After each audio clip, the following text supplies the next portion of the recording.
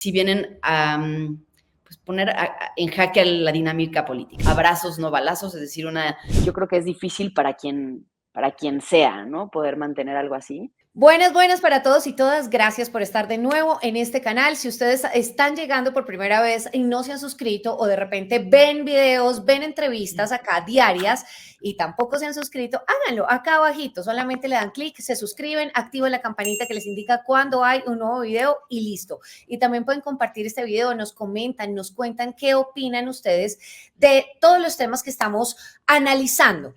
Hoy vamos a hablar de la noticia global. Ustedes saben que siempre estamos con el profesor Mauricio Jaramillo Jacir analizando cuál es la noticia global más importante. En los próximos meses ya vamos a tener nueva presidenta en México. Y por eso queremos hoy empezar a analizar cómo están las contiendas, y además es que no solamente se van a elegir presidentes, sino se van a elegir más de 19,000 cargos entre diputados, senadores, alcaldías, jefatura de gobierno de la Ciudad de México, etcétera. Así que para eso hoy, de hecho, tenemos como una invitada especial desde Ciudad de México a una periodista que es muy reconocida en su país. Ella se llama Fernanda Caso, es de N+, lo que antes era conocido como Noticieros Televisa. Fer, mil gracias por acompañarnos hoy en la Noticia Global.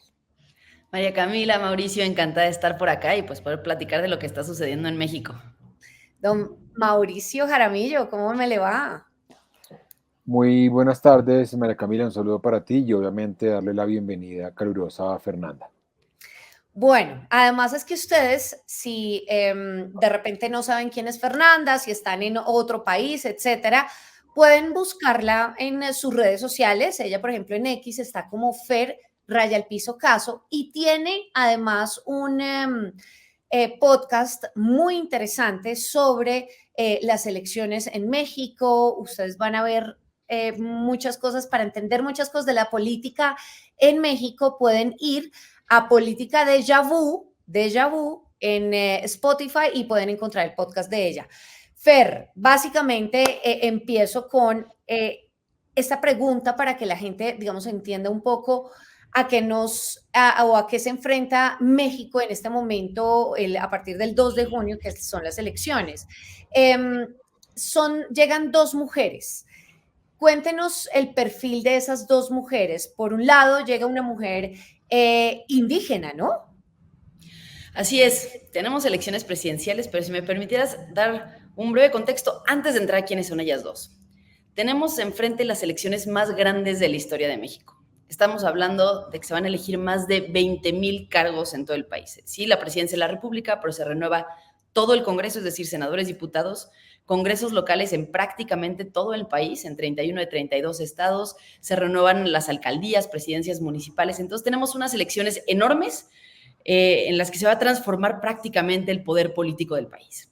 Y dentro de eso está la presidencia de la República, sin duda, pues en la que está puesta la mayor atención, el mayor foco, y hay 3 candidatos. Dentro de esos 3 candidatos hay 2 mujeres que además pues, son las abanderadas de las principales coaliciones, ¿no? Las coaliciones que tienen los partidos que pues históricamente han sido los más grandes, los más fuertes. Entonces, platiquemos un poquito de ellas.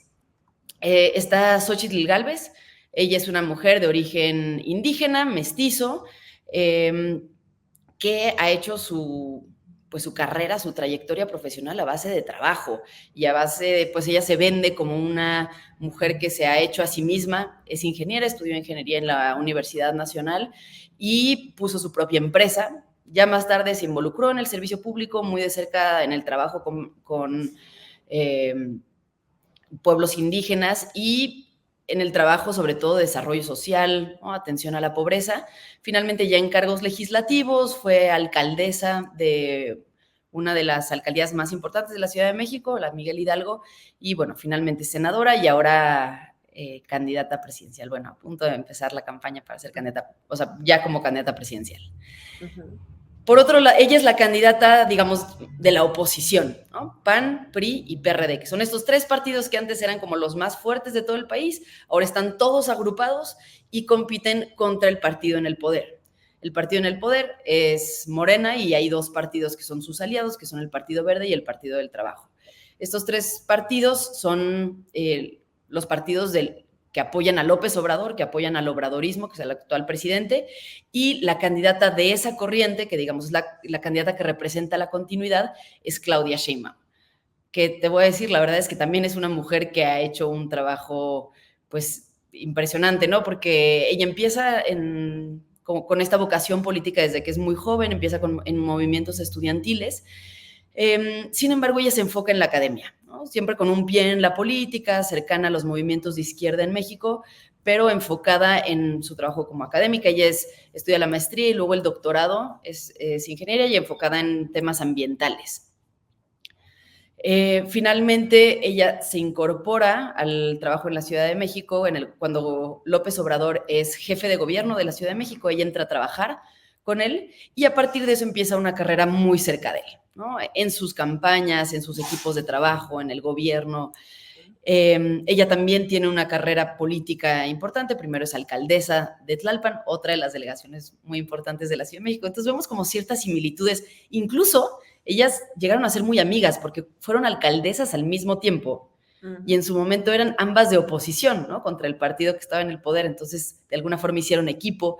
Xochitl Gálvez, la candidata de oposición, dice que Claudia Sheinbaum le invitó a Morena, ¿no? Entonces hubo ahí encuentros importantes entre ellas. Finalmente Claudia Sheinbaum continúa su carrera, se convierte en jefa de gobierno, es decir, ya pues aquí le llamamos jefe de gobierno, digamos la gobernadora de toda la Ciudad de México. Y hoy ellas dos son las candidatas presidenciales, digamos, de las grandes coaliciones. Finalmente hay un tercer candidato, que es el candidato de Movimiento Ciudadano. Este es un partido joven, en el sentido de que lleva poco tiempo de haberse creado como tal, ¿no? Como Movimiento Ciudadano, antes tenía otro nombre, pero bueno, se ha ido transformando. Hoy gobierna 2 estados de 32, ¿no? Entonces, digamos, es un partido, ellos se consideran mediano, otros los consideran un partido pequeño. Gobiernan Nuevo León y Jalisco, que son 2 estados grandes, y están impulsando a Jorge Álvarez Maínez, a un joven que actualmente venía de ser diputado federal y que traen este discurso muy ambientalista, de derechos humanos, y que buscan ahí crearse un espacio entre las tres. A mí que me parece interesante, bueno, que estamos viendo 3 candidatos con agendas relativamente progresistas en muchos sentidos, ¿no? Género, medio ambiente, tecnología, los 3 como muy centrados en la ciencia, son personas preparadas, las 3. Entonces, estamos viendo un escenario distinto a lo que tal vez habíamos visto en sexenios anteriores, y también donde creo que la decisión de los ciudadanos tal vez no está de manera tan clara como en otras ocasiones, ¿no? Sí, sin duda, Mauricio, es histórica, digamos, esta elección a presidente por el contexto que nos acaba de dar Fer, pero además sobre todo porque son 2 mujeres muy poderosas que han tenido una trayectoria importantísima, pero además es que llevamos cuántos años, ¿no? De presidentes hombres en México, Mauricio. O sea, es muy importante que lleguen 2 mujeres allí a la cabeza. Sobre todo, pues claro, hay un tercer candidato, pero son las 2 más fuertes en este momento, Mauricio, ¿no?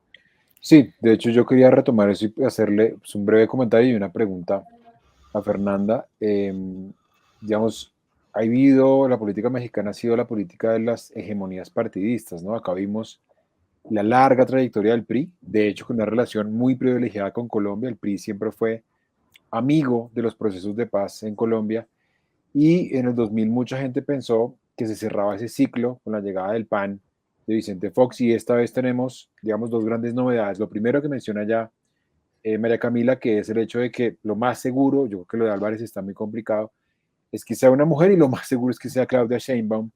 Yo quería preguntar por esta plataforma morena, que rompe doblemente, a mi juicio, el monopolio. Rompe, si se quiere, el de los partidos tradicionales, a pesar de que creo que AMLO es una figura que en su momento militó en el PRI, militó en el PRD, luego se sale y se vuelve como una suerte de político antiestablecimiento, y hoy tiene, creo yo pensaría, no sé, María Camila y Fernández, de los pocos presidentes que sale con unos niveles de aceptación altos. Creo que es el único caso reciente de la izquierda que va a poder, no la reelección, pero va a poder continuar. Yo quería preguntar, acá llegan noticias todo el tiempo muy complicadas de la situación en México y uno no entiende cómo alguien que tiene tantos problemas ha conseguido no solo salir con unos niveles de popularidad importantes, sino que Claudia Sheinbaum, me dicho, si las encuestas no se equivocan, va a ser muy difícil que Morena no siga y creo que sería la primera vez que un partido, porque lo del PAN yo creo que terminó siendo efímero,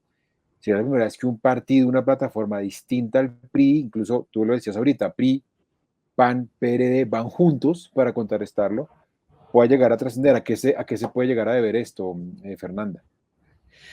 Pues mira, digamos, creo que son un montón de temas. Primero, el partidismo en México sí se ha consolidado como de manera bastante formal. El PAN tuvo 2 periodos en el gobierno, después de los 2 periodos regresa el PRI, entonces digamos que sí ha habido como estas alternancias que se han dado de manera pues relativamente natural e incluso prolongada, ¿no?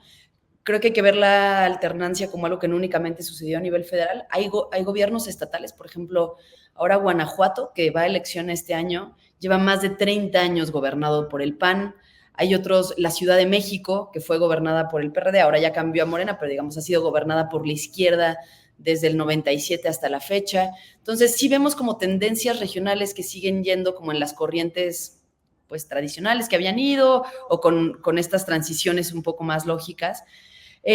Pero sin duda, y aquí hay que decirlo, la irrupción de López Obrador y la creación de Morena sí vienen a pues poner en jaque a la dinámica política. Y esto sucedió en 2018, particularmente los años previos, que son los de la fundación de Morena, compiten en su primera elección y en 2018 ganan de forma pues abrumadora, ¿no?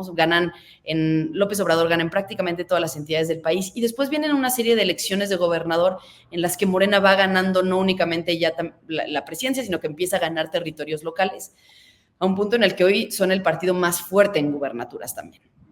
Entonces, la construcción sí, es cierto, en México se ha dado a través de partidos, porque pues es la forma en la que puedes conseguir recursos públicos. Hay un sistema que está creado alrededor de los partidos. Por ahí de 2015 hubo como un movimiento importante de candidatos independientes, pero nos dimos cuenta que cayó muy rápido porque las condiciones no están dadas realmente para que los independientes puedan competir en el país, no se les dan spots de radio y televisión, la forma para conseguir representantes de casilla en los estados, en los municipios es muy difícil, ¿no? Entonces, al final, los políticos se han dado cuenta que la vía son los partidos políticos y que incluso políticos, liderazgos como López Obrador, que son muy antisistema, han visto la vía de los partidos políticos como ese camino, ¿no? Entonces, pues ahí vemos a López Obrador. En términos de aceptación, López Obrador tiene una aceptación similar a la que han tenido muchos de los expresidentes de México a su salida, quitando a Enrique Peña Nieto, que salió con índices de aprobación muy bajos. Los mexicanos tienden a aprobar bien a sus presidentes. Entonces, en ese caso no es excepcional. ¿Qué sí es excepcional? Que eso se esté traduciendo en votos directos para su partido y para sus candidatos en las distintas elecciones.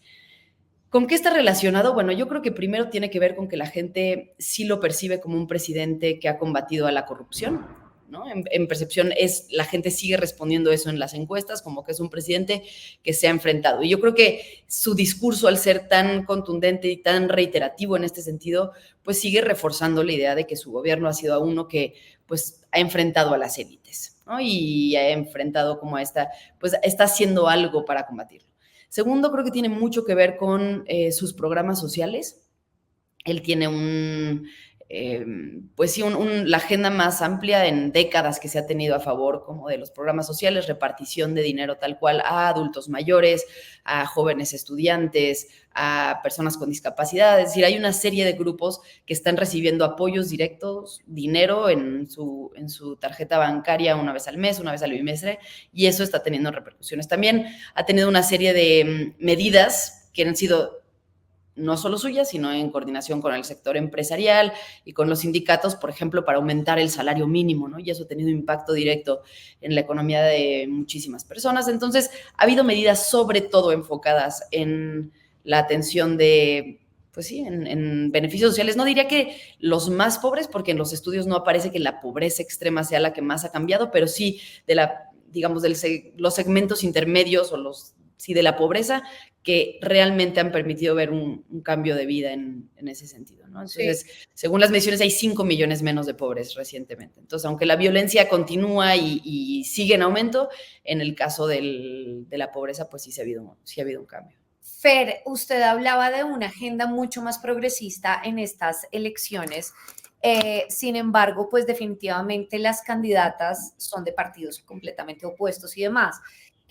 ¿Cuáles son las grandes diferencias que usted nos puede contar en sus agendas, por ejemplo, en términos sociales, educativos, en temas de seguridad, por ejemplo, que eso es clave también en México, y en temas de cómo combatir el narcotráfico en el país? Buenas, paso por acá para darles una pausa y decirles que se suscriban rápidamente acá, clic, suscríbanse. Pues mira, me encantaría poder decir que hay así una diferencia clarísima entre una y otra. A ver, yo creo que en realidad la gran diferencia entre la postura de Claudia Sheinbaum y la postura de Xóchitl Gálvez tiene que ver con su actitud frente a decisiones del presidente López Obrador, ¿no? Y particularmente, por ejemplo, o sea, Xóchitl Gálvez, por ejemplo, ha dicho que ella va a continuar con los programas sociales, aunque no sea la agenda, aunque ella sea una candidata de oposición. Creo que las mayores diferencias están, por ejemplo, en la defensa de las instituciones. Mientras que el presidente ha tenido una actitud muy crítica e incluso agresiva contra cuestiones del Poder Judicial, contra el instituto que organiza las elecciones, el INE, contra los organismos autónomos reguladores de ciertos mercados. Xóchitl Gálvez se ha manifestado claramente a favor de estas instituciones y diciendo que las va a defender, que son parte de la construcción democrática del país, ¿no? Entonces, esa diría yo que tal vez es la principal. Segundo, hay una discusión importante alrededor de la militarización, sobre el papel que juega el ejército en un montón de actividades que no únicamente tienen que ver con seguridad, sino ya también tienen que ver con construcción de los grandes proyectos de infraestructura, manejo de aeropuertos, manejo de puertos marítimos, ya hay una serie de cosas ahí alrededor y, digamos, la opinión pública de oposición pues claramente está alarmada por esto. Sin embargo, no se ha visto una posición pues muy clara de parte de las candidatas con respecto a esto. En términos de seguridad, Xóchitl Gálvez ha insistido que ella no va a seguir con la estrategia del presidente, que mediáticamente se ha manejado como abrazos, no balazos, es decir, una postura más de conciliación. Xóchitl Gálvez dice, pues no, esto no está funcionando y se tiene que redefinir la estrategia. Sin embargo, todavía no conocemos, yo espero que ya que estemos cerca de pues más bien, ya cuando empiece su campaña tendremos que conocer su plataforma concreta, pero hasta ahora no la tenemos. En términos de el resto de su agenda, en estas cosas que preguntabas, ¿no? Cuestiones medioambientales, sociales, etcétera, sus manifestaciones parecen ser muy similares, aunque Xóchitl Gálvez, vuelvo a lo mismo, contrasta sus opiniones mucho con el gobierno actual, ¿no? El gobierno actual le ha apostado mucho a los hidrocarburos, le ha apostado a las refinerías de petróleo, le ha apostado, pues sí, a la energía no renovable, y ella se ha dedicado a hablar de la energía renovable, de todo lo que se tiene que hacer pues para estar a la altura de los países del primer mundo, etcétera. Sin embargo, pues del otro lado tenemos, insisto, esto es contrastando con López Obrador, no con Claudia Sheinbaum, porque Claudia Sheinbaum, aunque se presenta como continuidad, pues es una mujer que ha dedicado su vida, por ejemplo, a causas del medio ambiente, ¿no? Y se ha dedicado a estudiar estos temas, y en la Ciudad de México le apostó mucho a temas de movilidad, ¿no? Vías alternativas de movilidad al coche, al autobús. Entonces, pues sí ha habido, o sea, el contraste entre ellas creo que es lo que va a ser interesante y que todavía no lo podemos ver con mucha claridad. Yo espero que en las próximas semanas ya sea más evidente esto. Sí.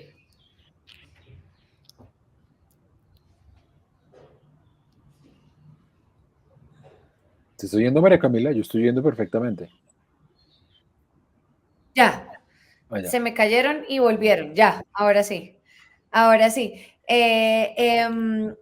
Mauricio, acá siempre, digamos, nos preguntamos cómo serán las próximas relaciones entre México y Colombia dependiendo del candidato, ¿no? En este momento hay unas excelentes relaciones entre el presidente Gustavo Petro y el presidente AMLO, que siempre pues estamos como como mirando cómo está la agenda de, por ejemplo, el tema de la lucha contra el narcotráfico. Entonces, eso siempre es un tema que siempre, cada vez que habla AMLO y habla de Colombia y habla de la lucha contra los crímenes organizados y demás, pues están muy alineados, me parece. Mauricio, eso yo creo que será un reto Sí, sin duda. de ese siguiente o de quien será el reemplazo de AMLO.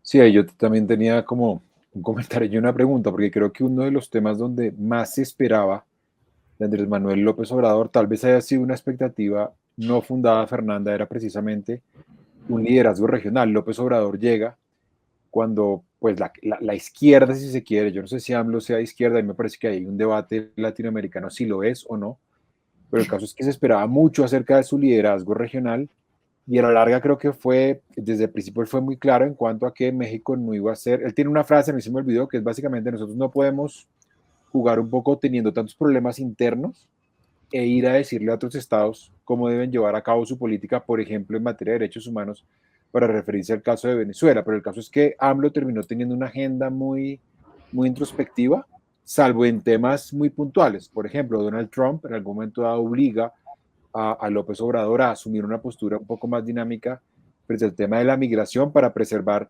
los acuerdos comerciales.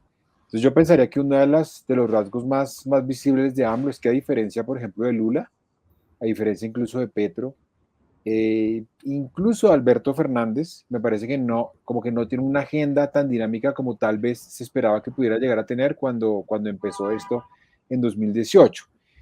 Nosotros tenemos con México muchos temas, tenemos lo que ya decía María Camila, tenemos el tema del narcotráfico, tenemos una agenda histórica, o sea, Colombia y México fueron pioneros de muchos temas, aquí los mexicanos fueron clave en buena parte de los procesos de paz desde la década de los 90. Yo quería preguntarle a Fernanda si puede haber cambios en materia de política exterior. México ha sido, por ejemplo, no sé si Fernanda esté al tanto, pero a Petro, aquí en Colombia, adentro la oposición lo ha criticado mucho por su postura frente a Venezuela. Yo no sé si a AMLO le ha pasado algo similar y sabemos que México y Colombia comparten un poco esta ambición de facilitar o de ser mediadores. Bueno, eso todavía no se ha definido, por lo menos en el caso colombiano, entre la oposición y el gobierno. Está el tema de la elección de mucha gente da por descontado que va a ser Donald Trump, pero yo creo que eso va a ser más disputado de lo que parece. Entonces está el tema del proceso de paz también aquí en Colombia, en el que México es importante. ¿Puede haber algún cambio importante en materia de política exterior como significativo o más o menos esto ya es un avión que va en modo crucero? A ver, en México ha sido muy claro que cada presidente que llega imprime como su sello de política exterior y lo maneja de manera muy distinta, porque como el margen es tan amplio, ¿no? A diferencia de otros rubros, ¿no? Donde es muy claro el reto que tienes y lo tienes que enfrentar y no te queda de otra, ¿no? Y se te mide con base en eso. En política exterior, pues vemos desde presidentes que han sido sumamente activos y, ¿no? Participan a nivel nacional, a nivel internacional o regional. Vemos otros que pues básicamente se dedican al tema interno, ¿no? Y López Obrador ha sido uno de esos presidentes que pues se ha dedicado al tema interno, ha salido muy poco de México, ha sido de los presidentes, me atrevo a decir que el presidente que menos ha viajado, ¿no? En los últimos sexenios, pero dentro de ese poco que ha hecho unas cuantas visitas a Estados Unidos a temas sobre todo multilaterales y ha visitado los países vecinos de la región, ¿no? Latinoamericanos. Y, digamos, la impresión que da es que él sí hubiera querido, ¿no? Él sí forma parte como de este grupo que tiene el sueño latinoamericano, ¿no? De la integración regional, pero uno, los temas internos fueron tan importantes para él que ya acabó no haciéndolo. Dos, es una persona que no se siente cómoda fuera, ¿no? De su pues de su espacio de mando donde él decide, ¿no? Entonces lo hemos visto salir poco, creo que en gran medida por eso, pero también es algo que finalmente no se logró concretar. Lo he intentado hacer desde México, por ejemplo, invitando a liderazgos internacionales a eventos importantes en el país, a liderazgos cubanos, al propio Petro, ¿no? En esta relación a través de diplomáticos o incluso, ¿no? su esposa ha jugado un papel importante, ¿no? Como en estos vínculos diplomáticos que han sido cuestionados en México, pero vínculos diplomáticos con países de izquierda. En México también nos cuestionamos mucho si López Obrador es realmente de izquierda, porque tiene ahí políticas curiosas, pero al menos en esas relaciones sí se ha colocado del lado de los líderes de izquierda en la región, ¿no? Y entonces sí, digamos, los ha respaldado a ellos, ha buscado, ¿no? Sobre todo en estas diferencias con Estados Unidos, colocarse con ellos y no con Estados Unidos.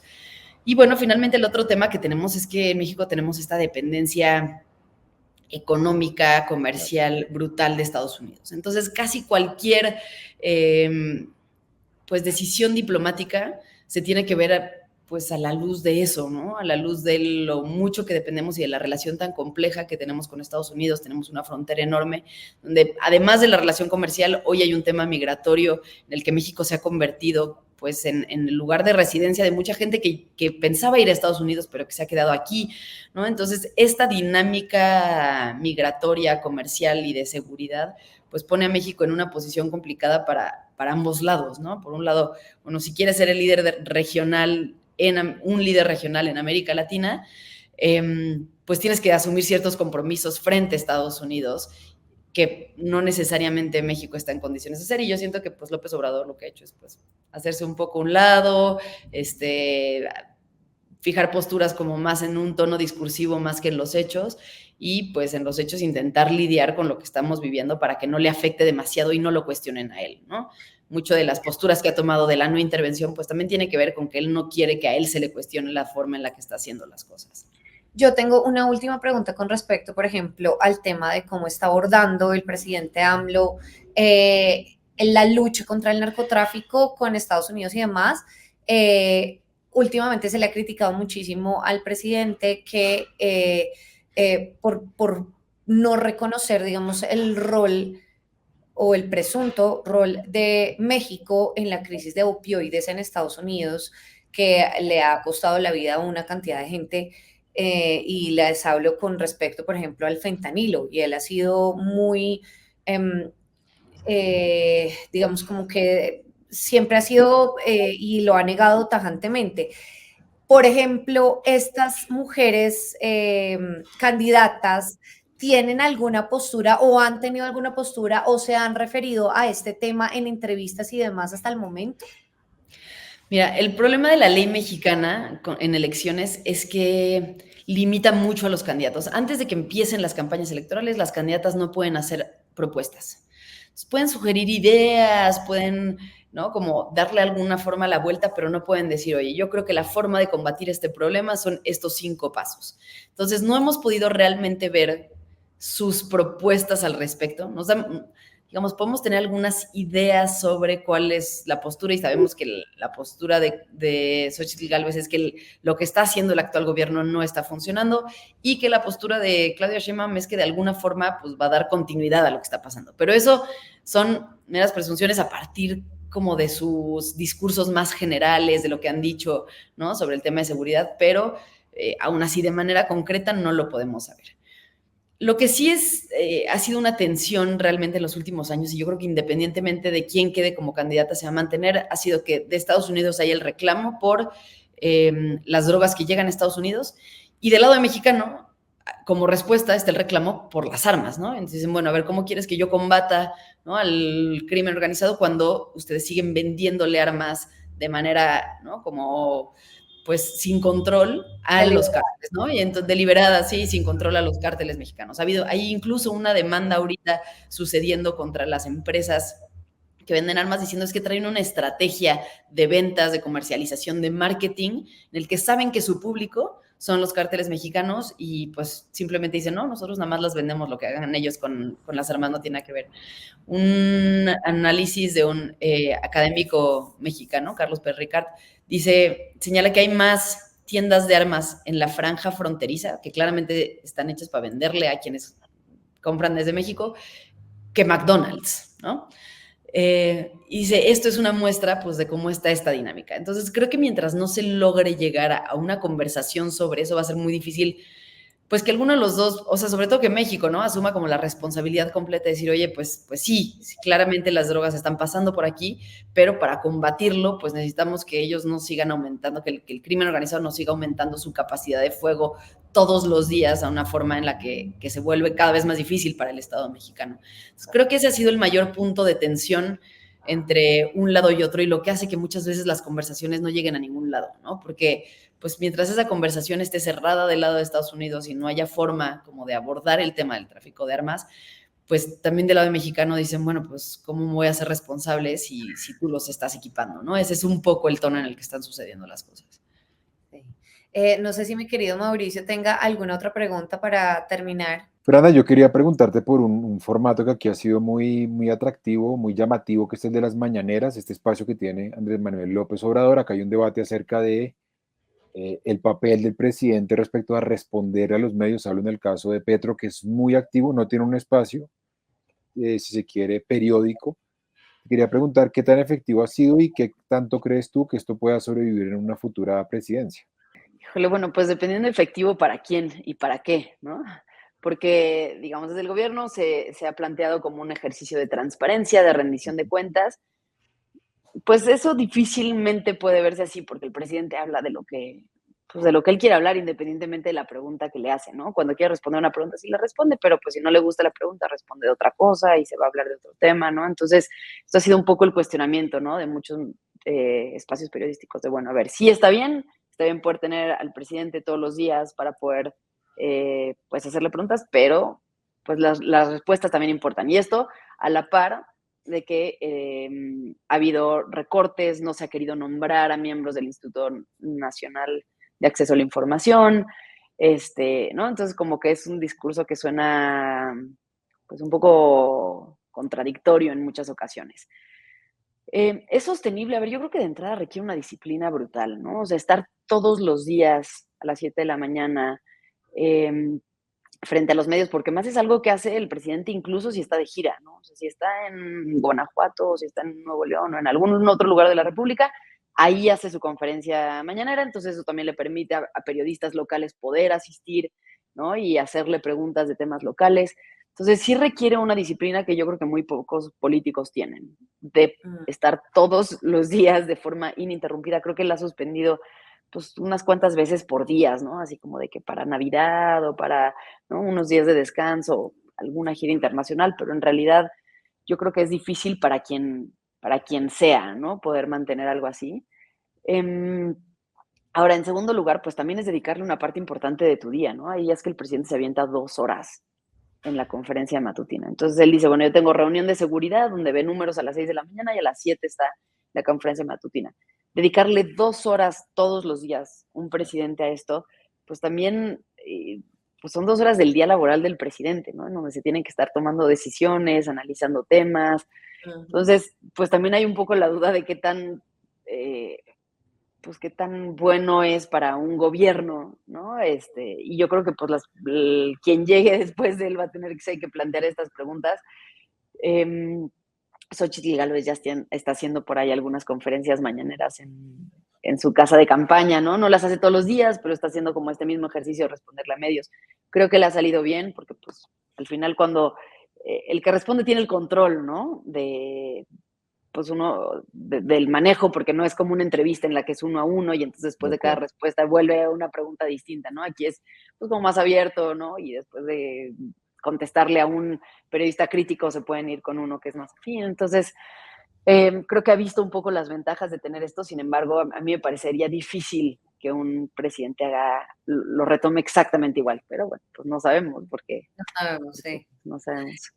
Pues Fer, mil gracias. Este básicamente es un panorama, primer panorama. Yo creo que vamos a estar con usted más adelante, evidentemente. Estamos a varios meses de estas elecciones, 2 de junio. Como usted bien lo decía, no solamente se va a elegir presidente de la República, sino una cantidad de cargos miles y miles de cargos en México muy importantes para su política, economía y demás. Gracias por haber estado en este espacio de la noticia global, por darnos ese primer panorama para que la gente entienda a qué nos estamos enfrentando, cuáles serán esas próximas relaciones y si va a haber continuidad de esas relaciones que ya hay entre ambos países. Y mil gracias por darnos este contexto. De nuevo, si la gente no sabe o no ha visto o no ha oído el podcast de Fer, vayan, Déjà Vu, política Déjà Vu, ¿no? Así es, política déjà vu. Política Déjà Vu. Da un contexto maravilloso para que entendamos cómo está la política en México. Mil gracias, Fer. Muchísimas gracias, María Camila. Un gusto platicar con ustedes. También, Mauricio, un gusto estar por acá. Mauro, gracias. Gracias a Fernanda, súper esclarecedor. Queda uno con muchas preguntas que seguramente iremos evacuando de aquí a que sea junio. Y gracias por el espacio, María Camila. Gracias a todos y a todas por haber estado hasta el final de este video. Por favor, suscríbanse acá abajito. Si no lo han hecho, déjenos sus dudas, sus preguntas, sus cuestionamientos y por supuesto los estaremos leyendo con Mauricio. Mil gracias y nos vemos en una siguiente oportunidad. Chao, chao.